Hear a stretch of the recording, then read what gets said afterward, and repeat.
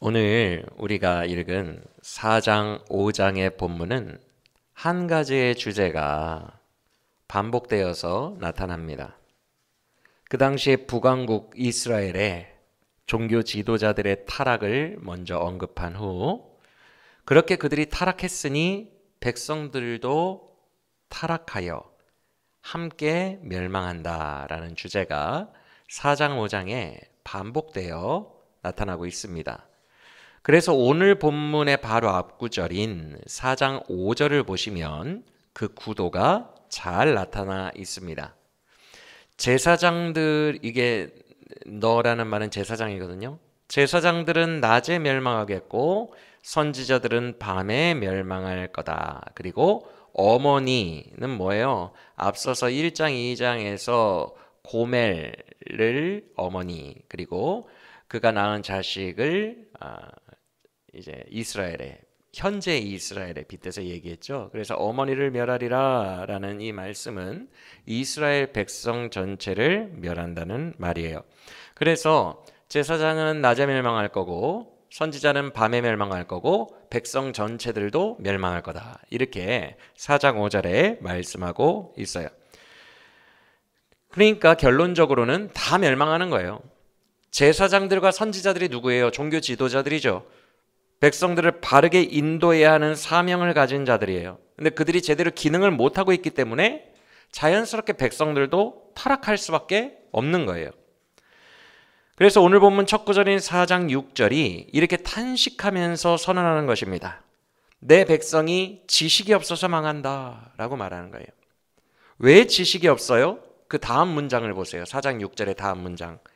제사장들이 이 지식을 먼저 버렸기 때문에 내 백성들이 지식이 없다라고 말합니다. 우리가 지난 시간에 설명을 해드렸는데 여기에서 지식이 무엇을 의미한다고 했어요? 어떤 정보, 자료로서의 지식을 말하는 것이 아니라 하나님을 경외하는 삶을 말한다고 했어요. 즉 삶 속에서 하나님과 동행하며 그를 실질적으로 체험하는 지식, 체험적 지식을 말한다고 했어요. 그런데 체험적 지식이라고 하니까 앞서 말씀드린 단순 정보 분야, 자료적 지식, 이걸 무시해버리고 어떤 체험적이고 신비적 측면을 강조하는 것 같아 보이는데 그렇지 않습니다. 우리가 삶 속에서 하나님을 체험하세요 라고 하면 되게 막연해집니다. 뭘 어떻게 해야 될지를 잘 모르기 때문에 막연한 나머지 헛된 신비주의적 방법들에 빠져서 하나님이 아닌 것을 하나님이라고 믿고 살아갈 수도 있어요. 그래서 여기서 말씀하는 삶에서 주를 체험해야 됩니다 라는 말은 말씀이신 하나님께 순종하여 그 말씀을 내가 삶에서 살아내야 됩니다. 그 거룩하신 계명들을 내가 삶에서 실제로 실현하며 살아야 합니다 라는 뜻과 같은 거예요. 이것이 삶 속에서 하나님을 체험하는 거예요. 하나님은 말씀이십니다. 말씀으로 우리와 함께 하시며 말씀으로 우리의 삶에 관여하고 계세요. 우리와 말씀으로 동행하시며 말씀으로 우리를 다스리십니다. 말씀은 그 자체로 인격입니다. 그래서 말씀으로 우리는 하나님을 만나며 말씀으로 하나님과 교제합니다. 내가 하나님을 경외한다는 것은 주의 말씀을 경외하는 거예요. 그래서 그 말씀이 나의 삶이 되어 내 삶에 그 말씀이 이루어지는 것, 그것이 바로 하나님을 체험하는 삶과 같은 것입니다. 그래서 여러분 하나님과 동행하셔야 돼요. 하나님을 삶에서 체험하셔야 돼요 라는 말은 신비주의적 무질서나 황홀경 속에서 주관적으로 하나님을 만나는 것이 아니라 객관적으로 우리에게 주어진 성경 말씀, 모든 인간에게 보편적으로 주어진 성경 말씀을 내 삶에 살아내는 것을 말합니다. 철저하게 말씀을 경외하며 그 말씀대로 내 삶을 거룩하게 살아갈 때 하나님이 체험되는 거예요. 그때 하나님이 체험되는 거예요. 내 삶에서 체험되는 거예요. 말할 수 없을 정도로 주님과의 관계가 깊어지며 내가 주를 경외하며 그의 말씀을 살아내는 동안 그 무수히 많은 내 삶의 실제적 시간들 속에서 하나님 살아계시구나, 하나님이 역사하시는구나 라는 것을 체험하게 됩니다. 그래서 이 당시에는 호세아서가 써질 이 당시에는 그 말씀이 율법이에요. 아직 신약 성경과 복음이 없기 때문에 이때는 그 말씀이 율법이에요. 하나님을 내 삶에서 체험하는 기준이 율법이었다고요. 그런데 이 율법을 누가 백성들에게 가르쳐야 돼요? 제사장들과 선지자들, 종교 지도자들이 가르쳐야 돼요. 하나님을 이 법에 기준하여 경외하면서 사십시오. 삶 속에서 이 율법을 경외하면서, 말씀을 경외하면서 사십시오. 그러면 삶에서 하나님을 체험하게 될 것입니다.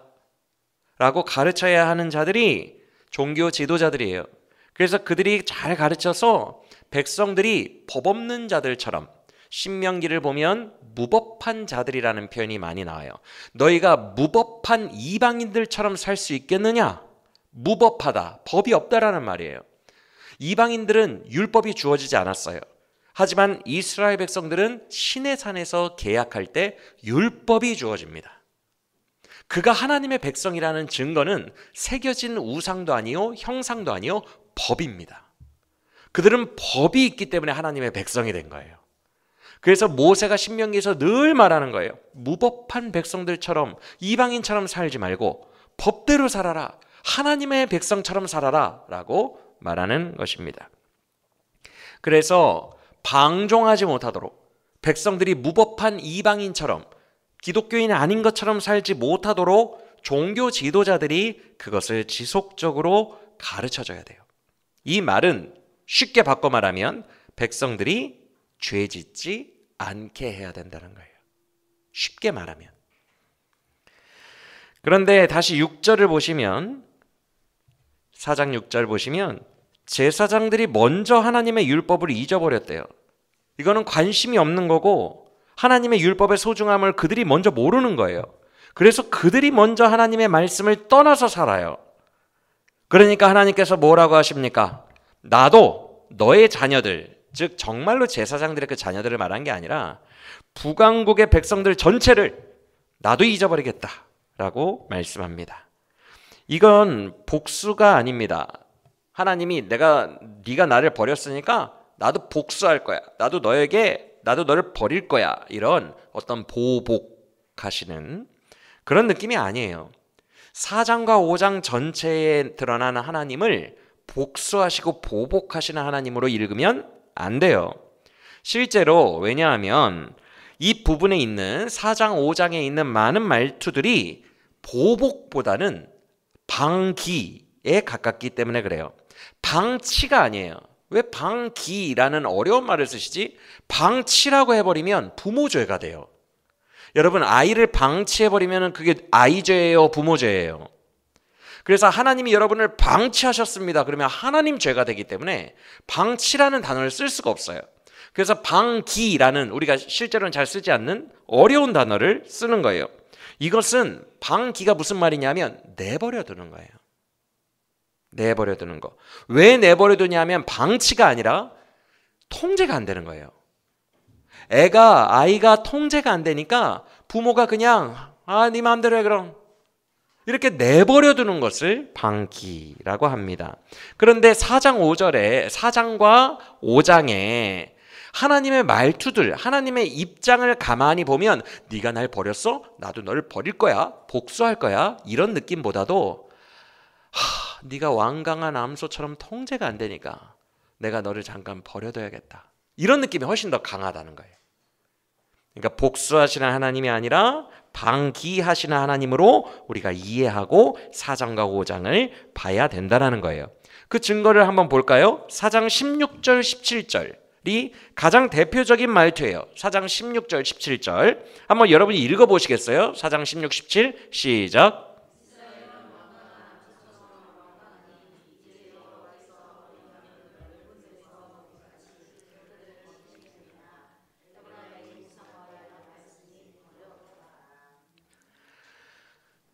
이런 느낌인 거예요. 하나님의 입장. 하나님이 뭐라고 하십니까? 이스라엘이 완강한 암소처럼 완강하니 내가 어찌 그를 어린 양처럼 키울 수 있겠느냐 이 말이거든요. 어린 양들은 순해요. 목자가 이리로 오라고 하면 이리로 옵니다. 그런데 어린 양처럼 키울 수가 없는 거예요, 하나님이. 완강한 암소 같으니까. 그래서 뭐라고 하시죠? 17절에서 그냥 버려두라. 이렇게 말씀하시는 거예요. 버려두라. 이것이 바로 아까 말씀드린 내버려 두다입니다. 그래서 5장 6절을 보시면 주님의 이런 말투가 또 드러나는데 주님이 뭐라고 하시죠? 그들이 나를 찾아도 만나지 못할 것은 내가 이미 그들을 떠난 상태다. 이거죠. 그리고 마지막으로 5장 15절도 보시겠어요? 5장 15절 뭐라고 하시죠? 그들이 그제서야 뉘우치고 정신 차리고 그제서야 나를 간절히 구하며 찾아올 텐데 그때까지 그들이 정신 차리고 뉘우치고 돌아올 때까지 나는 잠깐 내 곳으로 돌아가 있을 거다. 맞습니까? 이게 4장과 5장에 지금 3번이나 걸쳐서 반복되고 있는 하나님의 입장이에요. 그러니까 하나님은 너희가 나를 버렸어? 나도 너희가 미워 라고 복수하시는 느낌이 아니라 내 사랑하는 자녀가 통제가 안 되고 완강한 암소 같으니 내가 무엇을 하랴? 내가 그냥 잠시 그곳을 떠나 있어야겠다. 이런 느낌인 거예요. 이해가 되십니까? 로마서의 말투로 바꾸면 내버려 두다입니다. 로마서에서 바울이 뭐라 그래요? 1장에서 그들이 죄악의 각기 다 빠져서 남자가 남자를 향하여 동성애의 욕정이 부릴 듯하니 주님이 그냥 그들의 욕망대로 내버려 두셨느니라. 이런 말이 나오거든요. 그냥 내버려 두는 거예요. 욕망이 너무 막 펄펄 끓고 있거든요. 지금 통제가 안 되는 거예요. 자녀야 너 그만해야 된다. 그런데 욕망이 막 끌어오르니까 그래 네 마음대로 해 살아. 이렇게 되는 겁니다. 그 느낌인 거예요. 여러분 우리가 조금 더 분명하게 이런 원리를 이해했으면 좋겠어요. 히브리서 같은 경우를 보면 이런 말투가 있거든요. 이런 말씀이 있거든요. 하나님이 너희를 징계하신다. 사생아라면 너희를 그냥 놔두시겠지만 너희가 진짜 사랑하는 자녀이기 때문에 징계하신다. 이런 말도 나와요. 그래서 하나님이 나를 때리시는구나. 하나님이 나를 징계하시는구나. 하나님이 내 삶을 치시는구나. 뭐 이렇게 우리가 이해할 때도 있어요. 실제로 히브리서도 그런 말투를 쓰고 있기 때문에. 그런데 엄밀하게 영적 원리를 우리가 이해해야 돼요. 엄밀하게 말하면 주님이 치시는 것처럼 느껴질 수도 있지만 주님이 치시는 게 아니라 주님이 은혜를 빼가시는 것뿐이에요. 그래서 내가 토한 것을 그냥 내가 먹는 거예요. 주님이 막 때리고 고통을 주시는 게 아니라 내가 지은 죄의 대가를 내가 받는 거고 지금까지는 엄마가 그걸 막아주고 있었는데 그 은혜를 빼신 거예요. 그 느낌입니다. 그걸 우리는 하나님이 은혜를 거두신 것일 뿐인데 하나님이 날 치셨어 라고 이해할 수도 있지만 그 원리는 내가 내 걸 먹는 거예요. 바울이 갈라디아서에서 분명히 말씀합니다. 네가 심은 대로 네가 먹으리라. 자기의 육체의 욕망을 위하여 심는 자는 육체로부터 썩어질 것을 거둘 것이요 성령을 위해 심는 자는 성령으로부터 영생을 거둘 것이라 라고 바울은 말씀하고 있는 거예요. 즉 내가 토하는 것을 그냥 내가 먹을 뿐입니다. 그냥 그것뿐이에요. 하나님이 어떤 우리가 미워가지고 특별히 벌을 내리시는 것이 아니라 이 땅의 원리와 구조가 그래요. 항상 인과관계가 있어요. 죄는 사망을 낳고 욕망은 죄를 낳고 항상 인과관계가 있고 대가가 있다고요. 대가가. 그 결과가 있어요. 결과가. 죄에는 열매가 있습니다. 그냥 내가 예전에 뿌려놓은 죄의 씨앗의 열매를 미래에 내가 그냥 먹을 뿐이에요. 그래서 앞서 말씀드린 것처럼 하나님이 내버려 두신다는 것은 벌을 주시는 개념이 아니라 주님이 막아주시고 씻어주시고 돌보아주시고 덮어주셨던 것을 잠깐 멈추시고 빼시는 거예요. 즉 그동안 내 삶을 은혜로 채워주셨던 그 보호막이 잠깐 걷히는 겁니다. 여러분 하나님이 우리를 언제나 은혜로 대해 주심을 믿으십니까? 저는 개인적으로 제가 하나님을 배신하고 하나님께 순종하지 못하고 하나님의 마음을 몰라드렸던 그 세월과 그 죄의 값을 무게를 달면 하나님은 저에게 이렇게 선대를 베푸시면 안 됩니다. 죽어도 진작 죽었어야 되고 심판받아도 진작 심판받았어야 될 인간이에요. 하나님은 우리에게 큰 은혜를 베풀고 계십니다. 항상 우리의 삶을 은혜로 대해 주십니다. 가끔 부모가 이럴 때가 있죠. 자녀가 몰래 죄를 지었어요. 근데 그걸 부모가 우연히 발견합니다. 마음은 찢어지죠.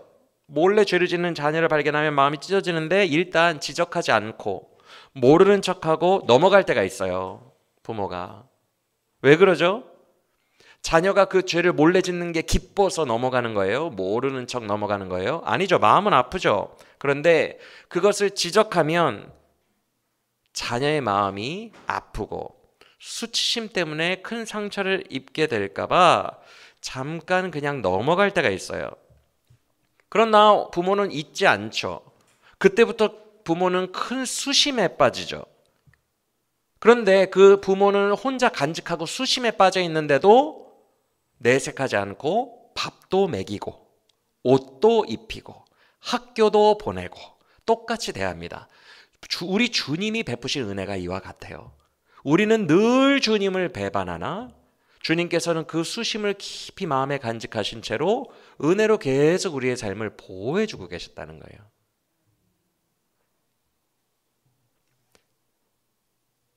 우리의 심령을 보호하시는 거예요. 우리를 깊이 사랑하시는 거예요. 우리가 꺼져가는 등불과 같고 상한 갈대와 같아서 조금만 세게 해도 깊이 상하는 존재임을 주님이 아시는 거예요. 그래서 우리를 보호하셔서 은혜로 계속 베풀어 주시는데 우리는 이 하늘만큼 큰 은혜를 잘 깨닫지 못해요. 우리의 자녀들이 엄마 아빠 은혜를 잘 모르고 살아가는 것과 똑같아요. 그런데 기억하셔야 될 것이 있어요. 그거는 죄를 덮어주시는 것이지 용납하고 감추어 주는 것은 절대 아니라는 거예요. 항상 주님의 마음은 수심으로 가득합니다. 주님은 죄를 감추어 주고 싶은 생각은 없어요. 그냥 덮어주시는 거예요. 은혜로 덮어주시는 것이지 은밀하게 해주고 싶은 생각은 전혀 없는 거예요. 그런데 자녀가 보니까 계속 반복해서 그 죄를 지어요. 아니, 부모가 보니까 점점 죄의 깊이가 깊어져요. 가만히 몰래 보니까 점점 더 죄 짓는 농도가 짙어져요. 그리고 다양한 죄악으로 아이가 확장되는 게 보여요. 예전에는 한 가지 분야였는데 이제 점점 죄가 더 확장돼요. 그리고 그 빈도수가, 죄 짓는 빈도수가 더 잦아지는 게 부모에게 느껴집니다. 죄가 확장되고 빈도가 늘어나고 죄가 더 깊어져요. 그러면 부모가 어떻게 할까요? 여러분이 부모라고 생각해 보세요. 예전에는 모르는 척 덮어주고 넘어갔는데 애가 점점 심각해지니까 어떻게 할 것 같아요? 자녀가 망가지든 말든 막 죄를 그때도 감춰줄까요? 그렇지 않겠죠?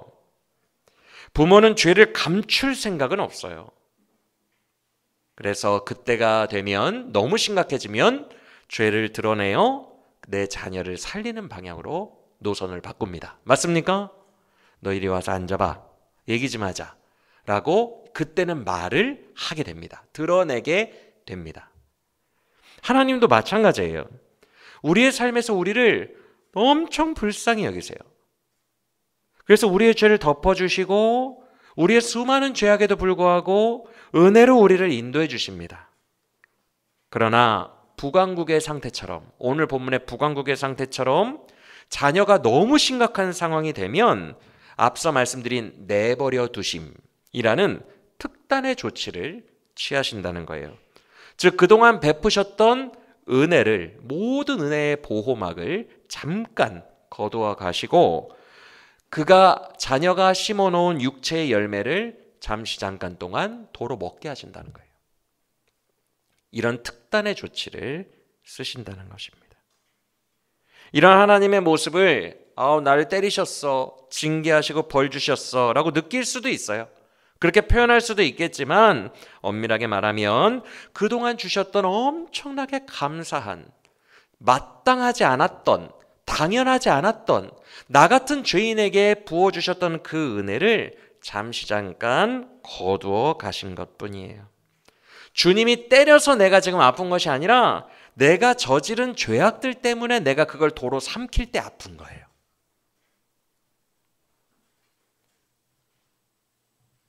이런 주님의 마음과 주님의 성품과 주님의 입장에 대해서 분명하게 깨닫고 말씀을 바라보는 우리 모두가 되기를 원합니다. 오늘 본문에서 주님뿐만이 아니라 계속해서 반복되는 세 존재의 입장이 있어요. 첫 번째 입장은 지금 막 배운 하나님 쪽에서의 입장이에요. 주님은 어떤 입장을 취하신다 그랬죠? 내버려 두겠다라고 하셨어요. 그렇죠? 앞서 다 반복되는 걸 살펴봤죠. 4장 16, 17절, 5장 몇 절, 5장 몇 절 이렇게 반복되는 걸 살펴봤죠. 하나님의 입장이 반복되어서 설명되고 있어요. 나는 이제 그들을 내버려 둘 거다. 그러면 나머지 둘 입장은 누구일까요? 그 나머지 둘도 살펴볼 텐데 바로 제사장들과 백성들의 입장이에요. 그들의 모습도 한번 살펴볼 거예요. 왜냐하면 이 세 존재의 모습과 입장이 지금 계속 번갈아가며 반복되어서 4장 5장에 걸쳐서 나타나고 있기 때문입니다. 이해가 되시죠? 그러면 먼저 세 분 중에 한 분인 하나님 쪽의 입장은 다 살펴봤으니까 그 다음에 제사장 쪽을 한번 봅시다. 앞서 우리가 살펴본 6장 말씀처럼 제사장들은 마땅히 해야 하는 기능을 상실했어요. 그들이 먼저 율법을 버렸고 하나님을 경외하면서 살아야 됩니다. 죄짓지 말고 살아야 됩니다. 무법하게 살면 안 됩니다. 라는 것을 백성들에게 가르쳐야 되는데 더 이상 가르치지 않았어요. 왜 그랬을까요? 제사장들이 왜 이걸 안 가르쳤을까요? 이유가 있어요. 그게 바로 8절입니다. 뭐라고 합니까? 8절 보세요. 제사장들은요, 백성들의 속죄 제물을 먹고 그 마음을 그들의 죄악에 두었대요. 이게 무슨 말이냐면 여러분 절 보세요. 여러분들도 알다시피 구약의 제사장들은 자기의 몫이 있었어요. 그런데 레위기의 5대 제사 배워서 기억하시겠지만 번제물은 제사장의 몫이 없어요. 5대 제사 중에서 번제는 다 태워야 돼요. 모조리 태워지는 거예요. 그래서 제사장이 먹을 콩고물이 없어요. 그리고 화목제는 고기 이외에 나머지를 다 태운다고 보시면 돼요. 내장과 기름만 태우니까. 그러면 내장과 기름을 태워버리면 뭐가 엄청 많이 남아요? 고기만 엄청 많이 남겠죠? 와, 축제다 잔치다. 화목제는 축제예요. 그런데 문제는 제사장의 몫이 명시되어 있지 않아요. 그냥 이 정도예요. 겉면. 너희 중에 가난한 레위인들이 이제 전임 사역자들 아닙니까? 너희 중에 가난한 레위인들을 불러다가 화목제물을 같이 먹어야 된다라고 겉면 정도만 돼 있지 어느 몇 퍼센트를 먹어야 된다, 꼭 먹어야 된다 이런 게 없다고요. 할당량이 명시되어 있지 않아요. 제사장이 자기의 수입원으로 먹는 거, 자기의 수입원으로 삼도록 명시되어 있는 제물은 속죄제밖에 없어요. 그러니까 속죄제는 뭐예요? 백성들이 죄 지을 때, 분명한 죄를 지었을 때, 법을 명확하게 어겼을 때, 그때 가져오는 거거든요. 그러면 속죄제의 한쪽 뒷다리의 허벅지를 제사장 몫이에요. 그건 하나님이 명시해놨어요. 그래서 제사장들이, 이때 당시의 제사장들이 왜 법을 안 가르쳤냐? 왜 백성들에게 죄 짓지 말고 주를 경외하면서 삽시다라고 말을 하지 않았느냐? 자기 욕심 때문인데 속죄제만 자기 몫이 있잖아요. 그러면 이들이 돈을 많이 벌려면 백성들이 뭘 많이 져야 돼요? 죄를 많이 져야 돼요. 그래서 여기에 그의 마음을 그들의 죄악에 두었도다라고 되어 있는데 이 그들이라는 이 대명사들이 누구를 가르치는지를 알아야 돼요. 여기서 그의 마음을이라는 말은 그는 제사장이에요. 제사장의 마음을 그들, 이건 백성들이에요. 백성들의 죄악에 두었도다라는 뜻이에요. 그러니까 백성들이 죄를 많이 지을수록 자기에게는 이득이 돼요. 그러니까 주를 경외하라라는 지식을 가르치지 않았던 거예요. 이 말은 우리로 바꿔 얘기하면 어떤 형태로든 목사가 어떤 형태로든 꼭 돈뿐만이 아니라 아주 다양한 형태들이 있어요. 어떤 형태로든 자기의 이익을 위하여 죄를 조장하거나 가르쳐야 마땅할 것을 가르치지 않으면 이 죄와 똑같은 죄를 짓는 거예요.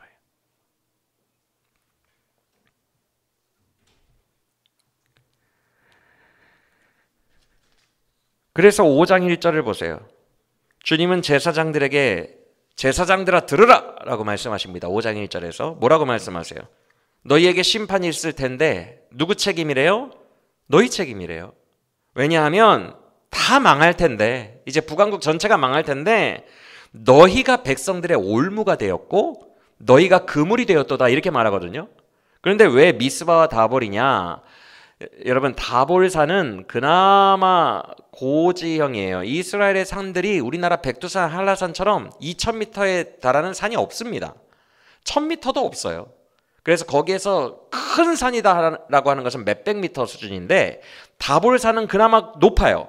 그래서 다볼산이 마치 새를 잡기 위한 그물을 쳐놓는 것 같이 북왕국에서는 가장 높은 지형이기 때문에 상징적으로 표현한 거예요. 다볼산에 그물을 쳤으며, 그 미스바라는 곳은 두 군데가 있는데 베냐민 지파의 미스바를 말한 게 아니라 요단강 건너 동편 길르앗 땅의 미스바를 말하는데 거기는 지형이 움푹 파여 있어요.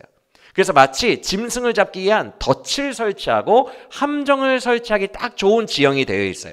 그래서 지금 상징적인 의미예요. 너희가 새를 잡으려고 다볼산에 그물을 친 것처럼, 미스바에 함정을 파놓은 것처럼 너희 제사장들이 북왕국 전체의 백성들을 다 올무가 되고 함정이 되게 다 죽게 만드는다, 이 뜻이에요.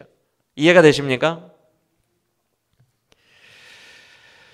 즉 가르치고 다스리는 자가 타락했으니 온 백성이 같이 동반 타락하여 멸망하게 되는 거다라고 말하는 거예요.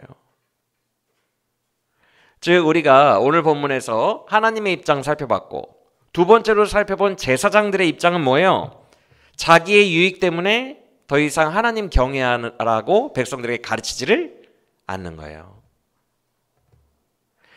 오늘날 교회가 전반적으로 힘을 잃어버린 그 책임은 1차적으로 저와 같은 목사들에게 있어요. 단순히 오늘 본문에 나온 제사장들처럼 정말 단편적으로 돈 벌기 위해서 뭐 그런 이익을 챙기는 목사들도 있겠지만 더 포괄적으로 생각해야 됩니다. 어떤 형태로든 자기의 유익을 위하여 성도들로 하여금 하나님 경외하기를 약화시킨다면 같은 죄예요. 이걸 약화시키면 안 돼요. 뭐 한 예로 목사들이 누구나 마주하는 현실인데, 이런 설교를 하면 성도들에게 미움받을까봐, 성도들이 교회를 떠날까봐 책망 설교, 회개 설교를 잘 못합니다. 센 설교를 잘 못해요. 모든 목사들이 마주하는 현실이에요. 눈치를 보게 돼 있어요. 그런데 그렇다고 해서 하나님 경외하고 회개하고 책망하고 자기의 죄를 돌아보세요 라는 설교를 하지 않으면 자기에게는 유익이 될 수는 있겠지만, 자기는 인기를 얻을 수 있겠지만, 교회는 평안해 보일 수 있겠지만 그게 아니라는 거예요. 영적으로 봤을 때에 이거는 자기의 유익을 위해서 하는 거니까 죄라는 거예요. 그러면 교인들이 어떤 현상이 발생하냐면, 이따가 세 번째 입장인 백성들의 입장을 보게 될 텐데 마음껏 타락합니다. 목사가 가르쳐야 할 주를 경외함을 가르치지 않고 책망하지 않으면, 회개를 종용하지 않으면 마음껏 타락합니다. 룸살롱 가고 죄악 짓고 사기치고 마음껏 타락해요. 백성은 그렇게 되게 되어 있어요. 원죄를 가진 인간이기 때문에.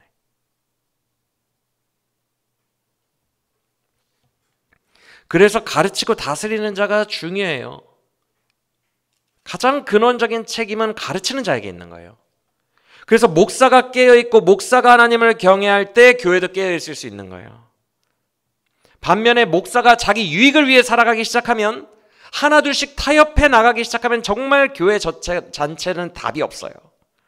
자연스럽게 교회 전체는 죽어가는 거예요.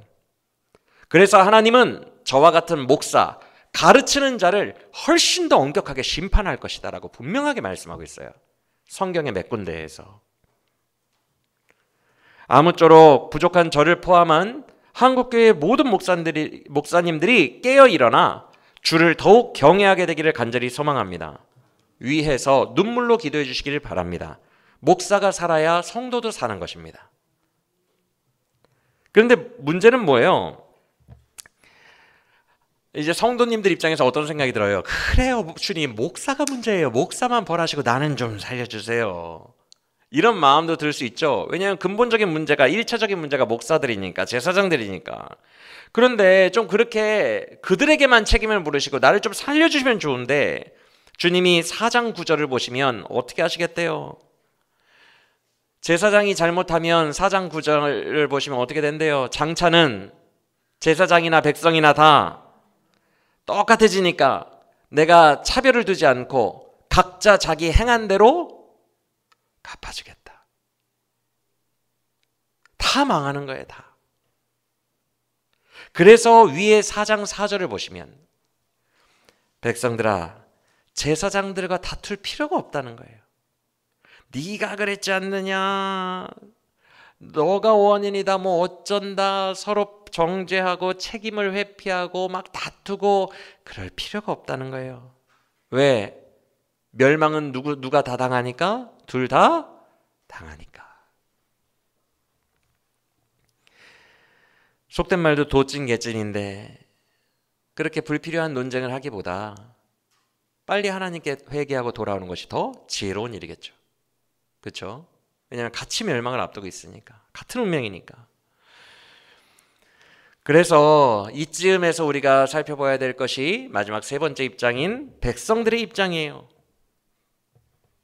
사실 오늘 본문에 하나님의 입장과 제사장의 입장이 같이 반복되어 나와 있지만 가장 분량이 많은 건 백성들의 입장이에요. 왜 그런가 하니, 이 백성들이 제사장 탓만 할 수 없는 게 아까도 말씀드렸지만, 그냥 부드러운 설교만 하는 교회에 마음 편히 있다가 오면은 성도들이 어떻게 된다 그랬죠? 아까 마음껏 세상에 나가서 죄를 지어요. 그런데 오늘 본문에서 백성들의 입장을 보면요, 죄를 탐닉하고 있는 게 느껴져요. 죄를 너무 좋아하고 있는 거예요. 은밀하게 즐기고 있어요. 그러니 이게 구조적으로 엉망진창이 되는 겁니다. 한번 생각해봐요. 오늘 본문만 놓고 북왕국의 상황을 생각해봐요. 제사장들은 자기들의 이득 때문에 속죄제 더 많이 먹으려고 죄짓지 말라는 설교를 안 해요. 강력한 책망의 말씀을 전하지 않아요. 그러면 성도들도 좋아합니다. 마음이 편한 게 좋아해요. 목사가 내 삶의 추악한 부분을 안 건드리면 좋아합니다. 이건 모든 인간이 다 그래요. 저도 그래요. 어딘가에서 내 죄가 드러나는 것을 몹시 경계하고 두려워합니다. 그리고 거북해합니다. 모든 인간은 자기의 죄가 만천하에 드러나고 빛 앞에 공개되는 것을 모든 인간은 너무너무 싫어해요. 저도 그렇고.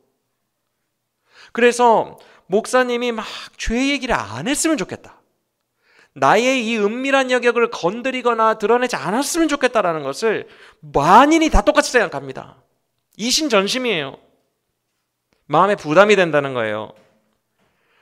그런데 북왕국의 제사장들이 이걸 가르치질 않으니까 부담을 안 주거든요.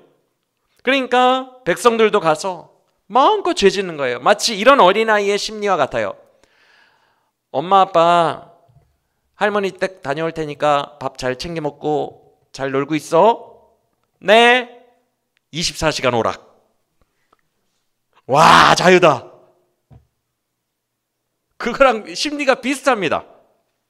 밥도 안 먹어. 오락 오락. 똑같아요. 제사장들이 말을 안 하니까 그냥 마음껏 죄 짓는 거예요. 아, 자유다.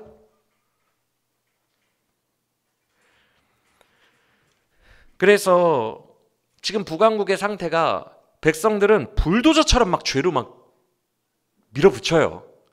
자기를 제재해 줄 사람이 없으니까. 그래서 4장 7절을 보시면 이렇게 말씀합니다. 4장 7절. 그들은 돈을 벌고 번성하면 할수록, 잘 살면 잘 살수록 더욱 범죄한다 이렇게 말하는 거예요. 이게 불도저예요.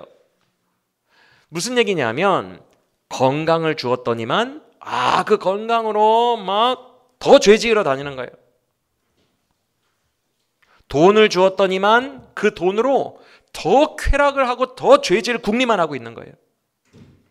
그래서 그들은 건강을 주고 돈을 주고 더 형통하게 하면 할수록 그 근거들을 사용해서 더 죄를 지니 내가 어찌하랴.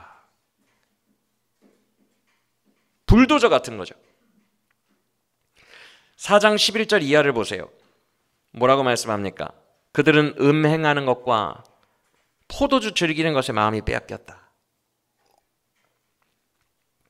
여기서 음행이란 바알신, 우상을, 바알신을 제사하는 걸 말해요. 자유롭게 제사하거든요. 바알신의 특징이 뭐냐면 율법이 없어요. 법이 없어요, 법이. 그래서 자유롭게 제사할 수 있다는 거예요. 그래서 이 바알 우상 숭배 현장에 여러 가지 쾌락이 난무하게 돼 있습니다. 자유하니까. 우리 하나님은 뭘 그렇게 지키라는 법이 많은지 거룩 하면서 아주 꼬장꼬장하시고 예민하신 것 같이 느껴지는데 바알신은 자유예요. 다 자유예요. 특히 성적으로 개방적이었어요. 그 이유를 말씀드릴게요. 여러분, 바알신 소개될 때 항상 옆에 따라오는 여신이 있는데 혹시 이름 기억하세요? 구약에서? 아세라신 항상 따라오죠. 그래서 바알과 아세라라고 하죠. 학자들 간에 여러 의견들이 있어요. 어차피 고대의 고고학적인 부분이기 때문에 학자들도 명확하게 얘기를 못하고 추측하는 건데 여러 의견들 중에 그냥 저는 이렇게 그냥 정하고 가는 게 있어요. 그게 뭐냐면 세 신이 구약에 많이 나와요. 바알, 아세라, 아스타롯.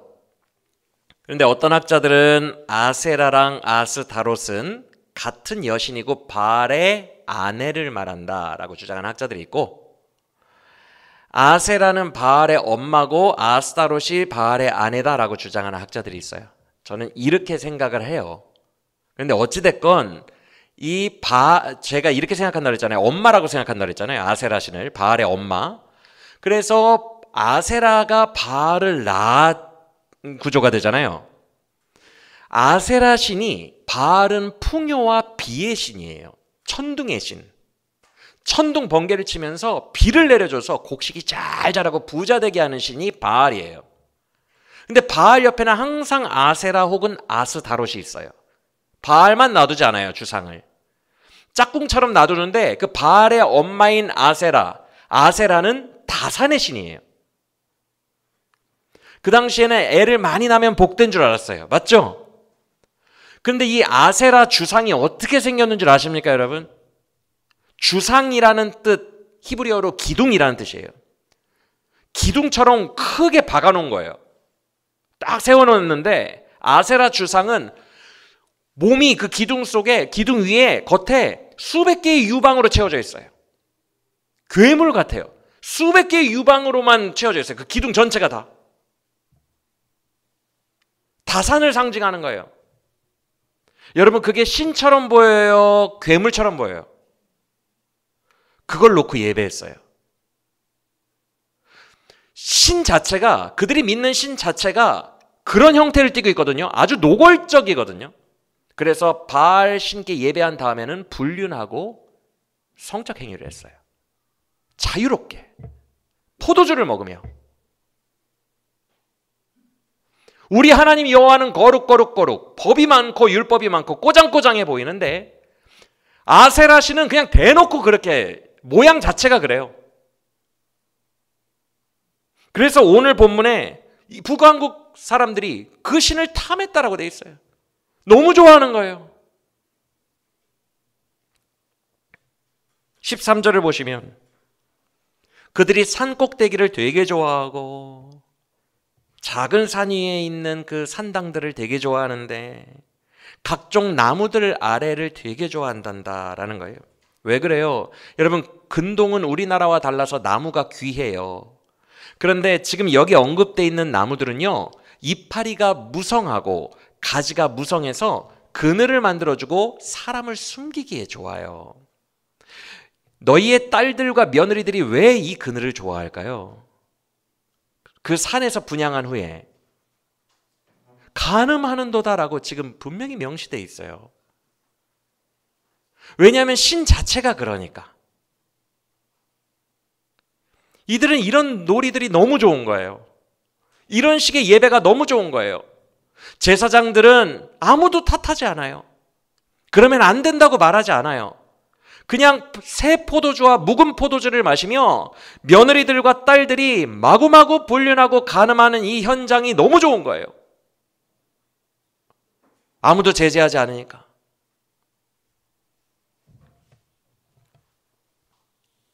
(13절에) 며느리들이 간음한다라는 말이 히브리어로는 불륜이라는 뜻이에요. 법적인 테두리를 넘어선 성행위. 즉 그들은, 북왕국은 이런 자유함을 너무 좋아했어요. 불도저예요. 와, 바알씨는 그냥 다 허락해 주는구나. 쾌락을 즐기자. 그런데 14절을 보세요. 하나님의 마음이 느껴져요.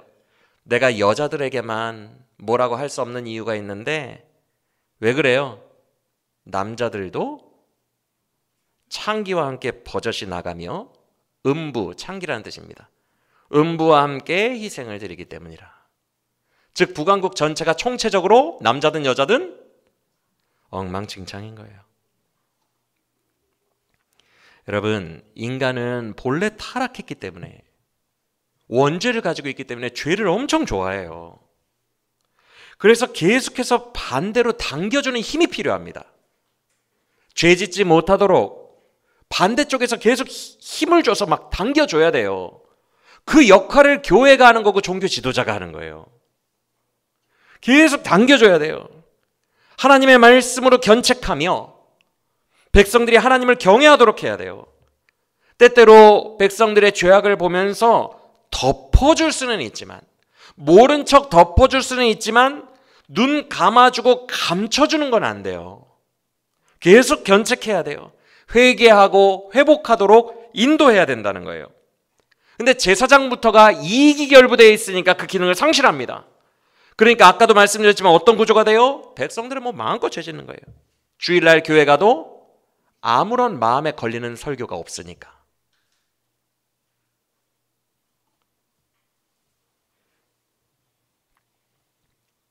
그래서 제사장이든 백성이든 다 통제불능이 되니까 하나님 입장에서는, 그의 입장은 할 수 있는 게 뭐밖에 없어요? 황소처럼 완강한데 어떻게 합니까? 그냥 내버려 두는 거예요. 이 세 가지의 입장이, 세 파트의 입장이 소개되고 있어요. 이게 북왕국이에요. 멸망 직전에.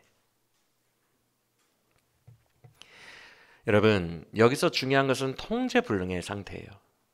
목사인 저나 성도인 여러분이나 내가 혹시 통제불능은 아닌가? 이걸 점검해보고 두려워해야 돼요. 똑같아요. 저나 여러분이나. 통제불능되면 정말 위험합니다. 내가 통제불능의 상태라면 진짜 위험하니까 이걸 빨리 애통함으로 바꿔야 돼요. 왜요? 그 다음 수순이 눈에 보이기 때문입니다. 아까 우리가 불렀던 찬양처럼 우리 하나님은 우리를 위해 아들을 보내어 죽이시기까지 하신, 우리를 절대 포기하지 않으시는 하나님이세요. 그리고 우리를 절대 함부로 대하지 않으세요. 상한 갈 때 꺾지 않으시고 꺼져가는 등불을 끄지 않으십니다. 그래서 우리에게 허락하시는 이 내버려둠이 영원한 것도 아니고 끝없는 고통도 아니에요. 잠시 잠깐이에요. 하지만 잠시 잠깐이라도 아버지의 이 특단의 조치의 수순이 다 보이기 때문에 위기라고 하는 거예요. 아플 거니까. 내가 아파져요. 내가 통제불능이면 주님이 어쩔 수 없이 잠시 내버려 두시는 결정을 하시게 되는데, 아까도 말씀드렸다시피 내 삶의 은혜를 잠깐 거두어 가십니다. 그래서 쓰디쓴 육체의 열매를 먹게 하십니다. 그러니까 내가 아파지니까 위기라고 생각하고 두려워하며 나 자신을 체크해야 돼요. 혹시 내가 통제불능은 아닌지, 내 영혼의 상태가 정확하게 지금 어느 수준인지 이걸 체크해야 돼요. 여러분들 대부분이 다 잘하고 계시지만 또 말씀이라는 것은 단 한 사람을 위해서라도 말씀이 들릴 수 있어요. 하나님은 말씀하실 수 있어요. 단 한 사람을 위해서도. 그러니까 체크해보고 만약에 내가 이 상태라면 지금 즉시 위기라는 것을 깨닫고 애통으로 마음을 바꾸시기를 축원합니다. 깨닫고 애통하기만 해도 되게 고무적이에요. 대견한 거예요. 정말 감사한 거예요. 왜 그러냐 하면 진심으로 애통하며 주님 제 상태가 절망적이군요. 주님 제 영혼을 놓지 마세요. 도와주세요. 이런 마음으로 주님을 의지하며 눈물만 뿌려도 정말 고무적인 이유가 있어요. 왜 그러냐 하면 안타깝게도 우리가 통제불능의 죄악으로 치닫잖아요. 그와 정비례하는 게 있는데 눈이 둔해져요. 그러니까 죄악이 점점 깊어지면 이 죄 지으면 안 돼 라는 경각심과 예민함이 반대로 더 뛰어나져야 되거든요. 그런데 하나의 영적 원리가 있는데 사람이 죄로 치닫잖아요. 북왕국처럼. 죄로 치닫으면 눈도 가려지고 모든 감각도 같이 둔해져요. 그래서 이걸 모릅니다. 이걸 깨닫지 못해요. 어떻게 예를 들어 드릴 수 있냐면 간이 소리 없는 암살자라고 하죠. 간암 말기가 되기까지 안 아파요. 간암 말기가 돼야 아픔이라는 게 나타나요. 이미 늦은 거예요. 그 전까지는 어떻게 되는 줄 아십니까? 딱딱해집니다. 간 경화. 자기가 죽어가는 걸 모른다는 거예요. 그런데 계속 소주를 막 먹죠. 먹으면서 간이 딱딱해져서 그런 건데 나 술 쎄 아직까지 거뜬해 이러고 있는 거예요. 죄악이 깊어질수록 딱딱하고 둔해져 가지고 못 느끼는 거예요. 이것도 같이 깊어집니다. 그래서 제가 여러분 깨닫고 애통하기만 해도 엄청 대견하고 고무적인 거예요 라고 얘기한 거예요. 이게 되게 둔해져 있기 때문에, 이건 정비례하기 때문에. 이렇게 들리는 말씀이 이런 것과 같아요. 정기검진을 받았는데 의사가 간암이 진행되고 있어요. 간경화가 너무 심하고 간암이 진행되고 있어요. 술 끊으세요. 오늘 하는 말씀은 이런 느낌과 비슷해요. 진단이 내려지는 거예요. 그러면 어떤 아저씨는 이러겠죠. 진짜요? 간암. 나 오늘부터 당장 술 끊고 운동해야지. 그런 아저씨가 있는 반면에 몰라. 안 믿어.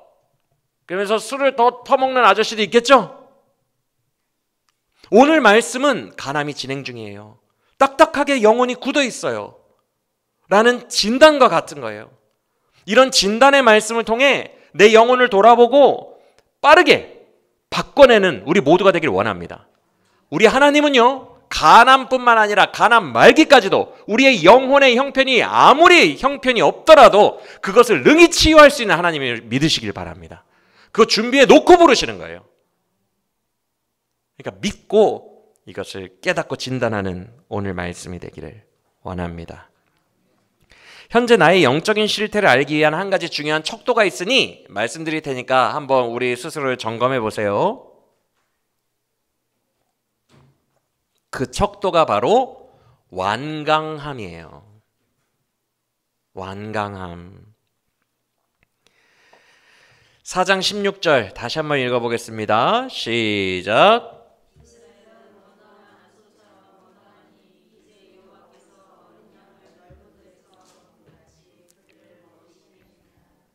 원래 저와 여러분이 온전한 상태의 성도라면 느낌이 어린 양 같아야 돼요.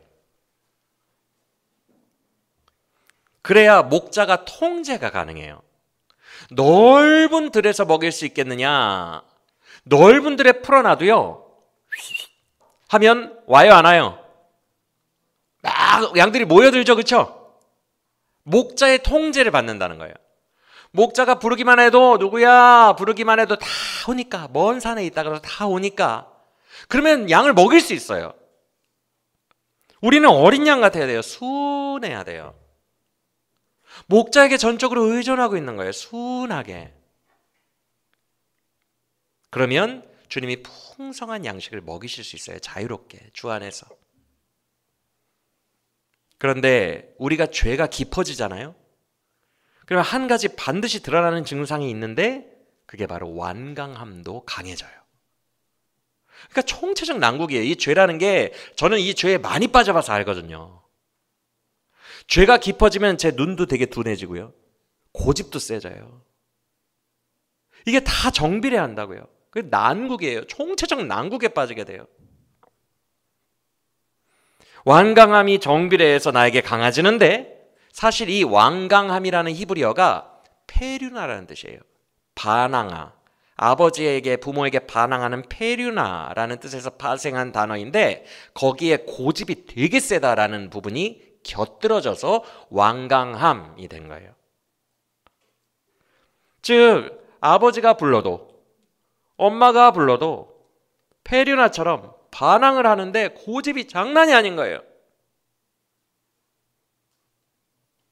오늘 본문의 암소처럼 완강한 암소처럼 여러분 주인이 암소가 반항하기 시작하면 그거 컨트롤할 수 있어요 없어요? 나보다 큰데 못해요. 그런 암소를 내가 어찌 어린 양처럼 풀어서 먹이겠느냐 이렇게 말씀하시는 거예요. 못합니다.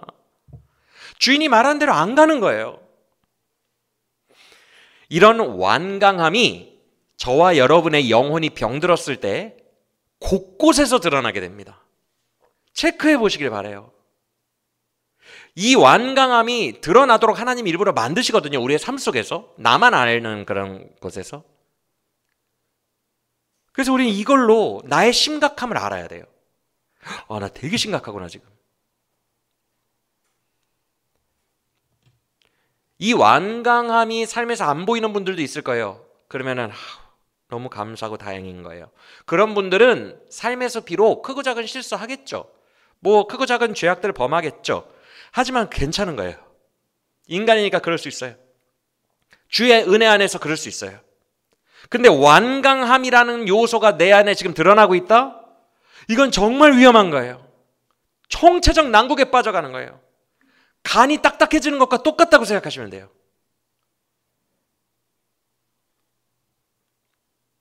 앞서 말씀드린 것처럼 순한 양같이 지금 영적인 상태가 좋은 성도님들에게는 한 가지 특징이 느껴집니다. 그게 뭐냐 하면 삶에서 고집이 적고 포기가 빨라요. 모든 분야에서. 완강함과 반대되는 거죠. 말도 안 되는 예화이지만 이런 예화로 설명을 해드릴게요. 이거는 진짜 아무도 걸리는 사람이 없을 것 같아서. 밤에 초콜릿을 너무 먹고 싶은 거예요. 혹시 이거 걸리는 사람이 있습니까? 예화 또 바꿔야 되나? 밤에 초콜릿이 너무 먹고 싶은 거예요. 막 너무너무 먹고 싶은 거예요. 사실 밤에 초콜릿 먹으면 돼요, 안 돼요? 살찌고 충치 생기고 안 되죠? 그런데 밤에 건강에 좋지 않잖아요. 근데 이것을 너무너무 먹고 싶어요. 이때 성도의 영적인 상태가 좋으면 즉시 포기합니다. 건강에 좋지 않잖아. 말씀을 기준으로 그 즉시 포기해요. 이게 영적인 상태가 아주 충만하고 상당히 좋은 그런 성도의 모습이에요. 그런데 심령 자체가 좀 좋지 않은, 지금 주님과의 관계가 좋지 않아서 죄악에 빠져들어가고 있는 성도는 똑같은 상황에서 일단 옷을 입어요. 뭐 하러 가는 거예요 지금? 지갑을 챙겨요. 그 밤중에 뭐 하려고 하는 거예요 지금? 나가서 초콜릿 사오려고 그러는 거예요. 의지력이 대단하죠? 이게 죄를 향한 욕망의 들끓음이에요. 의지력이 막 그 오밤중에 누가 시켜도 안 나가겠다. 그렇죠? 그런데 그 죄가 일으키는 그 욕구가 막 그런 의지력을 주는 거예요. 남들이 안 하는 그 에너지를 나에게 막 줘요. 그래서 막 옷을 막 입고 지갑 챙기고 난리예요. 그래서 정말 상태가 좋은 성도는 그 자리에서 말씀만 가지고 포기하지만 순한 양처럼 조금 우리의 상태가 안 좋으면 옷을 입고 그걸 이루려고 합니다. 그 욕구를 성취하려고 해요. 근데 분별은 이 지점에서 일어나지 않아요. 나갔어요. 하나님이 일부러 한두 번 막으세요.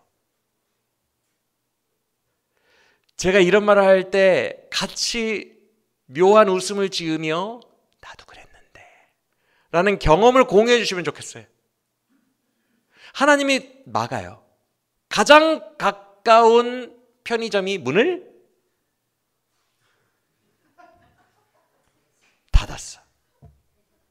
저는 삶 속에서 제가 죄악을 의지적으로 범하려고 할 때 하나님이 노골적으로 막으시는 것들 정말 많이 경험하거든요.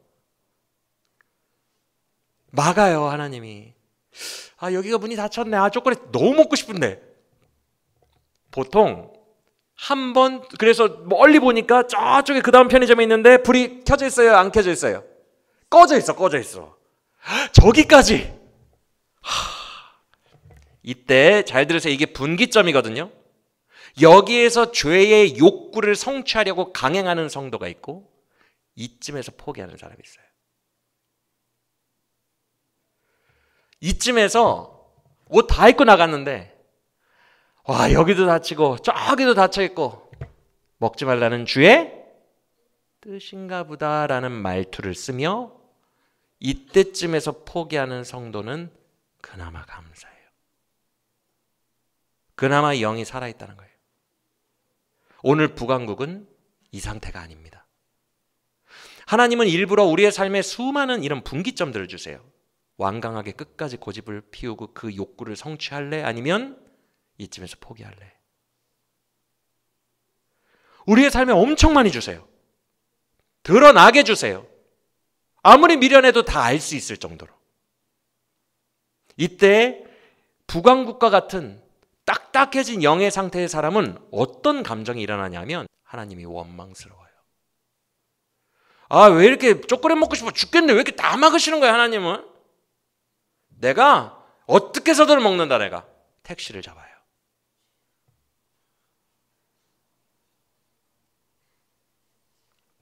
오기가 생겨납니다. 오기가. 하나님이 나 막았어요? 내가 안 먹나 보자. 내가 오기가 생겨서 택시 타고 편의점을 돌아다녀서 초콜릿을 사오던가, 아니면 초콜릿을 끝까지 못 먹게 하나님이랑 씨름을 하잖아요.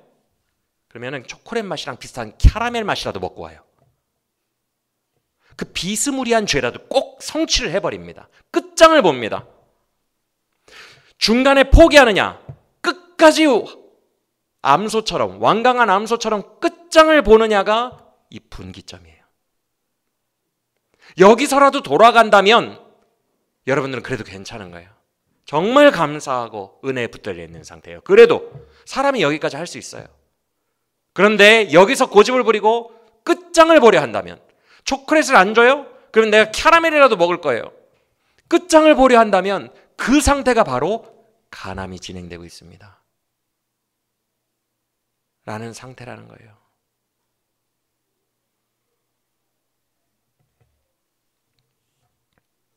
여기에서 갈리는 거예요.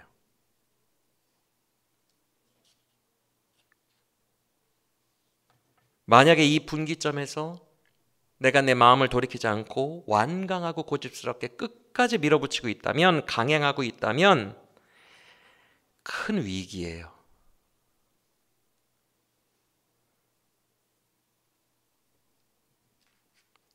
자기의 모든 역량과 의지력을 총동원해서 막아볼 테면 막아보세요. 나는 할 거예요.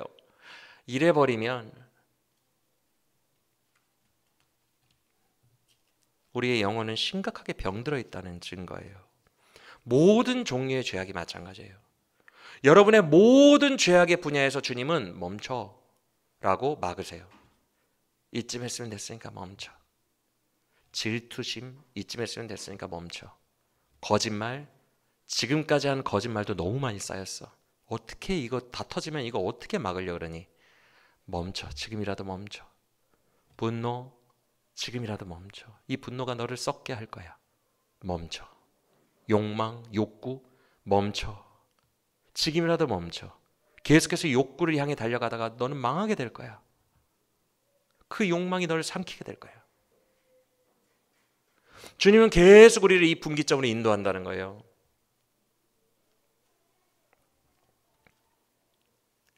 중요한 것은 끝까지 하느냐, 언제라도 하여튼간 중간에 접으면 돼요. 그거를 딱 이루는 순간에 내 영혼이 알아요. 이룬 후에 접는 것은 사실 늦었어요. 제 경험을 말씀드리는 거예요. 캐러멜이라도 먹고 오잖아요. 비슷한 거라도. 그게 끝장을 본 거거든요. 주님이 막으셔도. 그걸 내가 딱 이뤘잖아요. 캐러멜이라도 먹었잖아요. 그러면 나중에 주님 회개합니다. 저 그래도 돌아섰죠? 저 캐러멜로 먹었죠? 이미 쓰디쓴 열매는 나에게 옵니다. 제 경험입니다. 끝을 본 순간 그 열매는 먹고 살아야 돼요. 주님이 은혜를 베푸시지 않는 한, 은혜로 다 잊고 새롭게 하시지 않는 한 늦었어요. 그건 항상 끝을 보기 전에 멈춰야 돼요.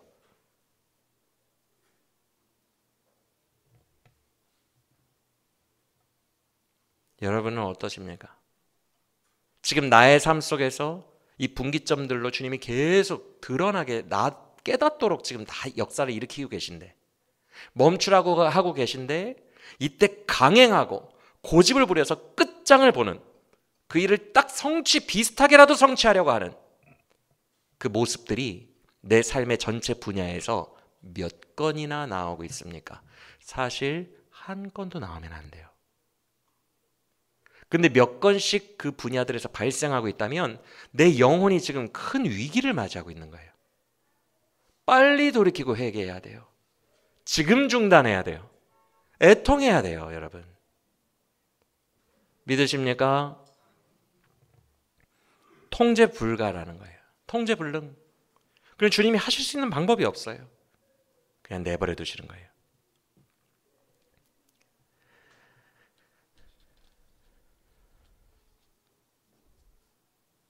뼛속 깊이 혹여 이런 분이 계시다면, 아, 정말 위기구나, 진짜 큰일 났구나 라는 경각심을 가지시기를 예수님의 이름으로 축원합니다. 오늘 성령님이 말씀을 통해 딱딱하게 굳은 우리의 심령의 실체를 깨닫게 하시기를 원합니다. 주님이 막으시는데도, 딱 보이는데도 끝장을 보려 하는 나의 완강함, 이게 이 욕구와 본능대로, 내 육신의 욕망대로 살아가는 게 너무 깊어지잖아요. 그러면은 작은 분야에도 고집을 부려요. 정말 내가 목숨처럼 하는 것이 초콜릿이라고 해봅시다. 내가 목숨처럼 사랑하는 나의 중독된 죄악이 초콜릿 분야라고 해봐요.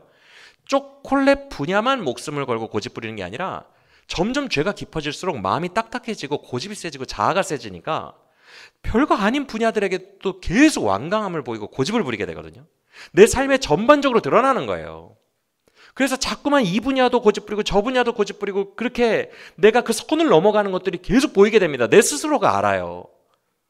내가 왜 이렇게 고집이 세졌지? 내가 왜 이렇게 완강해졌지?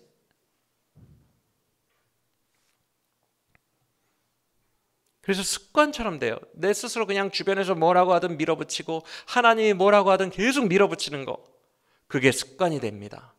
그 지경이 되면 이제 통제 불가능한 거예요. 완강한 암소예요. 이 상태가 얼마나 무서운 지경에 놓인 것인지를 성령께서 오늘 알게 하시기를 간절히 원합니다. 이 정도 되면 너무 멀리 온 거예요. 그런데 저에게 늘 말씀하실 때가 있어요. 하나님이, 제가 늘 미련한 사람이거든요. 늘 미련해서 뒤늦게 후회하고 그래요. 주님, 정말 죄송합니다. 제가 제대로 하는 게 하나도 없네요 라고 말하면 주님이 제 마음속에 주시는 게 있어요. 늦었다고 생각할 때가 가장 빠른 때니까 지금이라도 전력 질 줄 알아. 지금이라도 돌이키라. 괜찮아. 내가 역전시킬 테니까 지금이라도 회개하고 지금이라도 온전하게 돌아오면 된다. 주님, 며칠 남지 않았는데도요, 제가 1년을 다 허비하고 며칠 남지 않았는데도요, 괜찮아. 지금이라도 해도 돼. 내가 너와 함께하리라. 주님은 그런 분이에요. 여러분들, 늦었다고 생각될 때가 가장 빠를 때이고 주님은 엄청난 회복을 준비하고 기다리고 계세요. 믿으십니까? 주님은 회복하게 하시는 주님이세요. 주님의 목적은 그거예요. 5장 4절의 모습이 되지 않도록 우리가 경각심을 가져야 돼요. 5장 4절 읽어보겠습니다. 시작.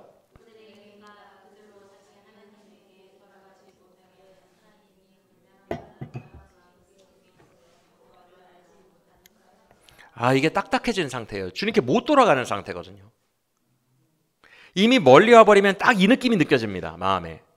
주님이 너무 멀다. 어떻게 가야 되지? 나 버림받았나? 이런 느낌들이 들어요. 이게 멀어졌다는 증거거든요. 저도 삶 속에서 많이 느꼈어요. 막막합니다. 그런데 늦었다고 생각될 때가 빠를 때예요. 그걸 느낀 게 은혜예요. 그때 돌이키면 돼요. 그때 전력으로 주님께 부르짖으면 돼요. 주님 너무 늦어버렸는데 저 포기 안 하셨죠?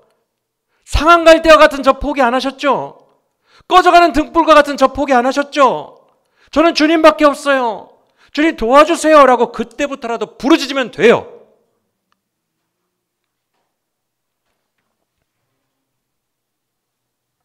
우리가 회복하는 방법은 단 한 가지예요. 5장 15절처럼 읽어보겠습니다. 시작.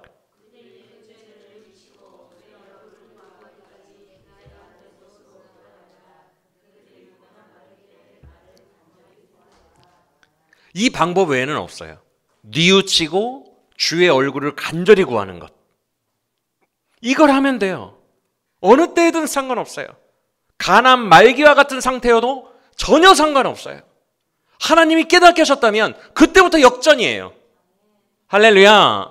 하나님은 그런 능력이 있으신 선하신 여호와이십니다. 자녀를 포기할 수 없게 깨닫게 하시는 거예요.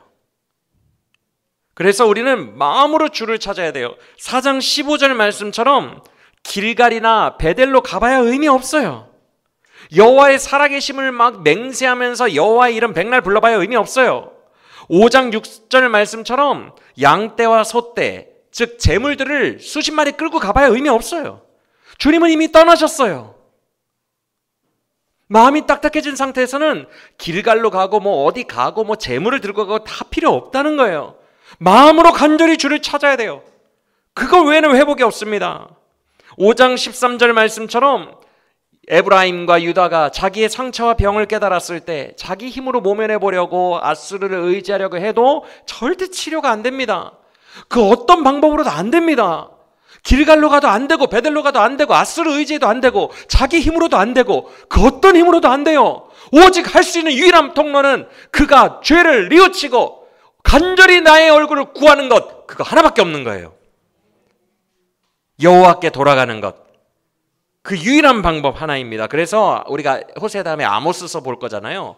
아모스 선지자도 같은 시대에 같은 북왕국에게 예언했기 때문에 똑같은 말을 해요. 참 재밌어요. 제가 아모스서 그 부분 읽어드릴게요. 들어보세요. 여호와께서 이스라엘 족속에게 이와 같이 말씀하시기를 너희는 나를 찾으라. 그리하면 살리라. 베델을 찾지 말며 길갈로 들어가지 말며 브엘세바로도 나아가지 말라. 길갈은 반드시 사로잡히겠고 베델은 비참하게 될 것임이라 하셨나니 너희는 여호와를 찾으라. 그리하면 살리라. 똑같은 동시대에 아모스 선지자가 한 말이에요. 같은 말하고 있어요. 베델로도 가지 말고 길갈로도 가지 말고 그저 여호와를 심령으로 찾으라는 거예요. 그래서 다윗은 그의 시편에서 이렇게 고백합니다.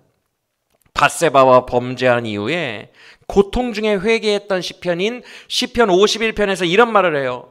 주께서 제사를 기뻐하지 아니하시나니 만약 그랬더라면 내가 제사를 드렸을 것이라. 주는 번제를 기뻐하지 아니하시나이다. 하나님께서 구하시는 제사는 상한 심령이라. 하나님이여 상하고 통회하는 마음을 주께서 멸시하지 아니하시리이다. 주님께서 이 마음을 기다리고 계십니다. 어떤 행위로도 안 돼요. 제사로도 안 되고 어떤 장소도 안 되고 특별한 부흥 집회에서도 안 돼요. 다윗은 이걸 알았어요. 주님이 만약에 제사를 기뻐하셨다면 내가 진작 제사를 드렸을 것이라. 그런데 주님은 그걸 기뻐하시지 아니하시고 나의 상한 심령을 기뻐하시나니 주님께서는 통회하는 마음과 이 상한 심령으로 드리는 제사만큼은 멸시하지 않으신다. 받아주신다는 거예요. 할렐루야. 우리 안에 이 상한 심령의 제사가 회복되기를 간절히 원합니다. 주님은 이 마음 절대 외면하지 않으세요. 인간이라는 존재가, 저와 여러분같이 타락한 인간이라는 존재가 언제 가장 진실한 줄 아십니까? 회개할 때입니다. 주님은 이 진실한 우리의 마음을 절대 외면하지 않으세요. 우리가 할 수 있는 가장 아름다운 제사는 회개예요.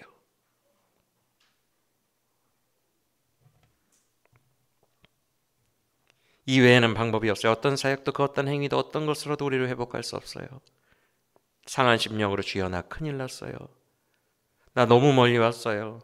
주님 심령이 딱딱해져서 죽어가고 있어요. 예전에는 경계하던 죄악들도 서슴지 않게 습관적으로 짓고 있어요. 주여 이런 나를 불쌍히 여기소서. 이런 나를 포기하지 마소서. 주의 영광의 얼굴 아래에서 살게 하소서. 다시 주의 영광을 보게 하소서. 주의 손 붙들고 살게 하소서. 나를 회복시키소서. 이런 상한 심령의 제사가 드려지기를 주님은 기다리고 계십니다. 주님은 우리를 회복시키실 준비를 하고 기다리고 계세요. 하나님은 막강하십니다. 우리가 회개만 온전하게 한다면 회복은 며칠만 남았어도 돼. 1년 중에 12월 28일까지 죄를 지었어도, 잘못 살았어도 마지막 3일만이면 충분해. 그렇게 말씀하시는 분이 우리 하나님이신 줄 믿으시길 바랍니다. 그 증거가 우리가 다음 시간에 살펴볼 6장 1, 2, 3절에 있습니다. 주님이 6장 1절 보시면 뭐라고 하십니까? 여호와께로 돌아가자. 그가 우리를 치유하시리라. 2절을 보시면요, 이틀 만에 살리실 것이고 3일 만에 그를 일으키실 것이라고 말씀합니다. 이것이 그의 능력입니다. 그가 우리를 작정하시고 회복시키시면 3일 만에 회복시키신다는 거예요. 그의 회복의 능력을 믿으시길 바랍니다. 그가 우리를 다시 지어주실 거예요. 너무너무 놀라울 정도로 다시 회복시키실 거예요. 우리의 영혼을 새롭게 하실 것입니다. 그는 우리를 사랑하시는 아버지이시며 우리를 그 죄악과 진흙탕 가운데에 절대 그대로 놔두지 않는, 우리를 회복시키시기 원하시는, 영광의 자녀로 다시 살게 하길 원하시는 선하신 하나님 아버지이심을 믿으시길 바랍니다. 오늘 말씀 통해 혹시 내가 완강했다는 것이 깨달아졌다면 지금이 가장 빠를 때입니다. 회개하고 상한 심령의 제사를 통해서 주님 나를 회복시켜 주세요 라고 간절히 기도하면 우리 주님께서 여러분들이 꿈도 꿀 수 없었던 빠른 시간 내에 주의 권능으로 여러분들을 회복시키실 줄 믿으시길 바랍니다. 회복의 능력은 주께 있습니다. 우리가 생각할 것은 진실한 회개입니다. 이것을 기억하고 온전히 우리가 해야 할 쪽이 회복되는 우리 모두의 삶이 되기를 간절히 원합니다.